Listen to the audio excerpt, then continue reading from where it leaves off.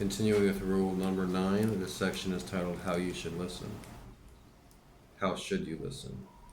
Carl Rogers, one of the 20th century's great psychotherapists, knew something about listening. He wrote, "The great majority of us cannot listen. We find ourselves compelled to evaluate because listening is too dangerous. The first requirement is courage, and we do not always have it. We knew that listening could transform people." On that, Rogers commented, "Some of you may be feeling that you listen well to people and that you have never been seen such results. The chances are very great indeed that your listening has not been of the type I have described." He suggests that his readers conduct a short experiment when they found themselves in a dispute. Stop the discussion for a moment and institute this rule. Each person can speak up for himself only after he has first restated the ideas and feelings of the previous speaker accurately, and to that speaker's satisfaction. I have found this technique very useful in my private life and in my practice. I routinely summarize what people have said to me and ask them if I have understood properly. Sometimes they accept my summary, sometimes I offer a small correction. Now and then I am wrong completely. All of that is good to know. Interesting technique. There are several primary advantages to this process of summary. The first advantage is that I generally come to understand that the person is saying. Of this, Rogers notes, "Sounds simple, doesn't it? But if you try, and you will discover it is one of the most difficult things you have ever tried to do. If you really understand a person in this way, if you are willing to enter his private world and see the way life appears to him, you run the risk of being changed yourself. You might see it his way. You might find yourself influenced in your attitudes or your personality. The risk of being changed is one of the most frightening prospects most of us can face. More solitary words have rarely ever been written." The second advantage to the act of summary is that it aids the person in consolidation and utility of memory. Consider the following situation. A client in my practice recounts a long, meandering, emotional, laden account of a difficult period in his or her life. We summarize back and forth.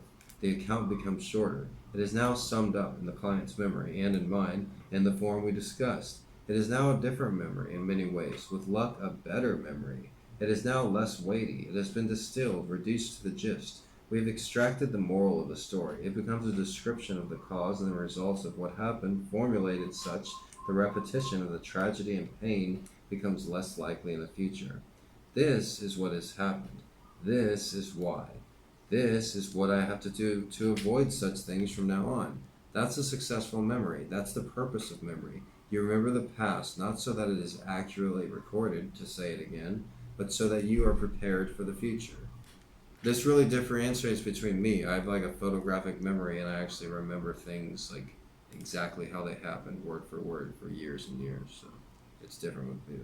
The third advantage to employing is the Rogerian method is the difficulty it possesses to the careless construction of straw man arguments. When someone opposes you, it is very tempting to oversimplify, parody, or distort his or her position. This is counterproductive game, designed both to harm the dissenter and to unjustly raise your personal status. By contrast, if you are called upon to summarize someone's position so that the speaking person agrees with the summary, you may have to state the argument even more clearly and succinctly than the speaker has yet even managed. If you first give the devil his due, looking at his arguments from his perspective, you can, number one, find the value in them and learn something in the process, or number two, hone your positions against them. If you still believe they are wrong, and strengthen your arguments further against challenge, this will make you much stronger. Then you will no longer have to misrepresent your opponent's position, and may well have bridged at least part of the gap between the two of you. You will also be much better at withstanding your own doubts.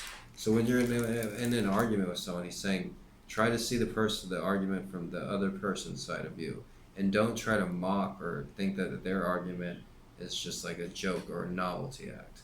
I remember I was in a discussion at the University of Texas when in 2008 or 2009 in medical marijuana was on the ballot in Texas for the first time.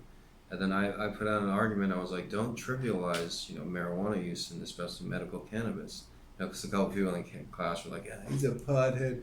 And then like saying something about Cheech and Chong or something like that. I was like, medical marijuana, cannabis is not a novelty act. Don't just mock my opinion. And then you look now, 10 years later in 2018, How many states have legalized medical marijuana? Not Texas, of course, but I was on the right side of history, obviously, and that was the first time where I used that expression, novelty act. I'm like, don't treat medical cannabis as a novelty act, a trivial novelty act. Sometimes it takes a long time to figure out what someone genuinely means when they are talking. This is because often they are articulating their ideas for the first time. They can't do it without wandering down blind alleys or making contradictory or even nonsensical claims. This is partly because talking and thinking is often more about forgetting than about remembering. To discuss an event, particularly something emotional like a death or serious illness, it is to slowly choose what to leave behind. To begin, however, much that is not necessary must be put into words. The emotional Latin speaker must recount the whole experience in detail. Only then can the central narrative, cause and consequence, come into focus or consolidate itself. Only then can the moral of the story be derived. Imagine that someone holds a stack of $100 bills, some of which are counterfeit. All the bills might have to be spread on a table so that each one can be seen and any differences noted before the genuine can be distinguished from the false. This is the sort of methodological approach you have to take when really listening to someone trying to solve a problem or communicate something important. If upon learning that some of the bills are counterfeit, you too casually dismiss all of them, as you would if you were in a hurry or otherwise unwilling to put in the effort, the person will never learn to separate wheat from chaff. If you listen instead without premature judgment, people will generally tell you everything they are thinking, and with little deceit.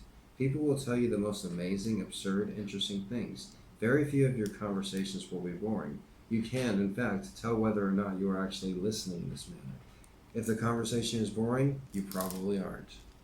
That was from Jordan Peterson's 12 Rules for Life.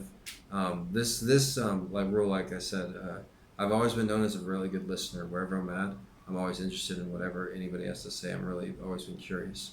When I was wrongly in jail when I was 17 and talking to the guys in there or in the college classroom, it's always good to have an open mind. If you enjoyed this reading, don't forget to hit the thumbs up button, hit the subscribe button, and thanks for watching. Check out my own book. My book I wrote. It's called Gonzo Education. Thanks again.